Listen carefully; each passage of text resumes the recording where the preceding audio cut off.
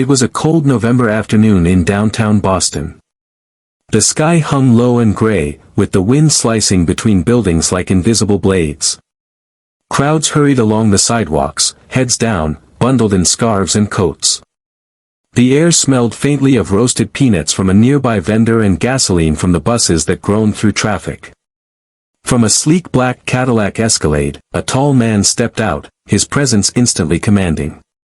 Cameron Blake, the 33-year-old tech tycoon and CEO of Nexicor, was known for his genius and grit, built from the ground up after a difficult childhood in the foster system.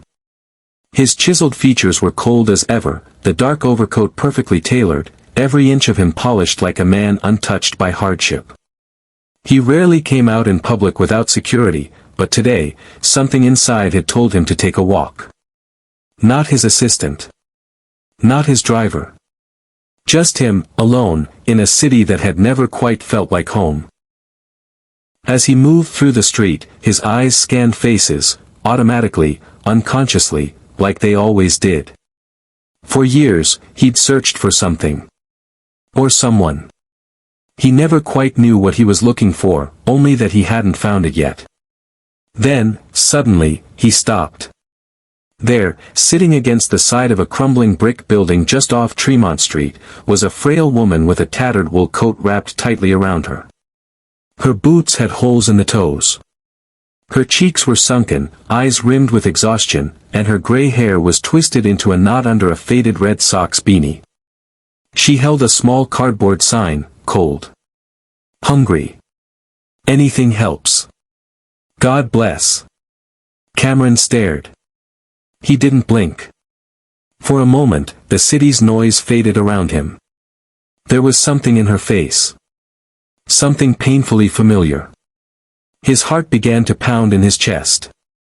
He walked toward her slowly, ignoring the stares of passersby who recognized him. The woman looked up, startled. Her lips trembled, eyes squinting against the light. She expected maybe $1, maybe a sneer. What she didn't expect was for the man to kneel in front of her, eyes wide, jaw trembling. He took a deep breath. "It's you," he whispered. "I'm sorry," she replied, her voice raspy and unsure. You're my mother." Silence. A gust of wind blew trash across the sidewalk. Her mouth parted, but no words came. She laughed once, bitter and confused. "You're mistaken," she said, pulling her coat tighter. "I don't have any kids." "Yes, you do. Or, you did." "Cameron. My name is Cameron. I was 5 the last time I saw you. You used to call me Cammy. We lived in a tiny apartment above that laundromat on Washington Street. You'd sing to me every night before bed, 'You are my sunshine.'" Her eyes widened. Her breath caught in her throat. You remember that?" she said faintly. "I never forgot," he whispered. The woman, her name was Margaret, though she hadn't heard anyone say it in weeks, looked away as tears filled her eyes. "I couldn't find you," she choked. "They took you from me. I lost everything." Cameron's heart dropped. "I thought you left," he said. "I waited by the window every night for you to come home." Margaret broke down. She buried her face in her hands, sobbing. "I didn't leave you, baby," she cried. "They said I wasn't fit to raise you. After your father died in that accident, I fell apart. I didn't have anyone to help me. I lost my job, then the apartment. I tried to get help, but I was mentally broken, Cammy, and the state came and took you." He knelt beside her and pulled her gently into his arms. People stared. Some took photos. He didn't care. His mother, his real mother, was in his arms again after almost 30 years. "Come with me," he said. "Please. Let's get you warm. Let's get you home." Home. That word hadn't meant anything to her in a long time. Within the hour, Margaret was in a plush guest room at Cameron's Beacon Hill mansion. She didn't ask where she was or how big the place was. She just sat on the edge of the bed and wept.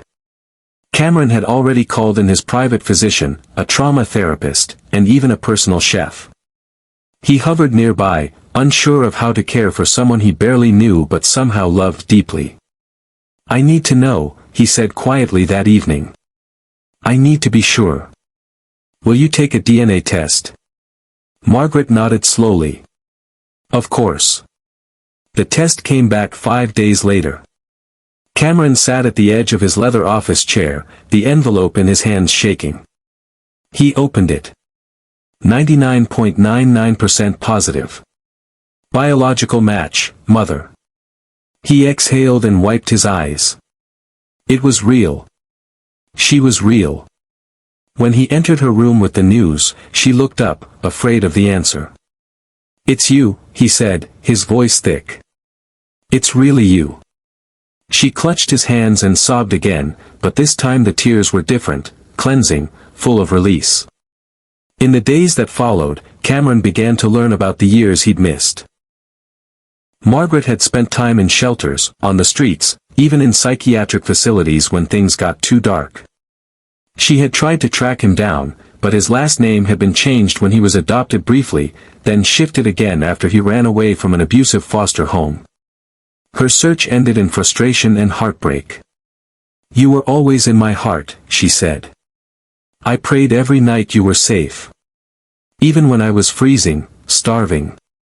I just hoped you were warm somewhere." Cameron broke down. He told her about his youth, bouncing between homes, learning not to trust, sleeping with shoes on because he never knew when he'd have to run.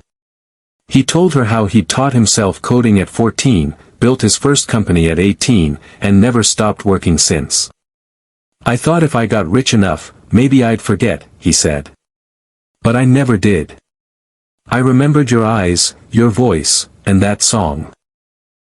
That night, as they sat together on the couch wrapped in blankets, she softly sang, "You Are My Sunshine." Cameron closed his eyes and listened like he was 5 years old again. Eventually, Cameron went public with the story. Not for fame, but because he realized how many others had been through something similar. He started a non-profit called The Lost Ones Foundation, dedicated to reuniting families separated by the foster care system, homelessness, and mental illness. People listened. Politicians took notice. Policies began to change. And Margaret? She flourished. With therapy, love, and her son beside her, she began to smile again. She helped run the foundation's outreach programs and spent her weekends writing letters to other mothers still searching for their children. When asked by a news anchor during a televised interview what the most important thing he'd ever built was, Cameron didn't mention his billion-dollar company. He just looked at his mother sitting beside him and said, "This. Us. Our family." And when she reached over, held his hand, and said, "You saved me, Cammy," he answered without hesitation. "You saved me first." They had been broken for so long, but fate gave them one more chance. And this time, they were whole.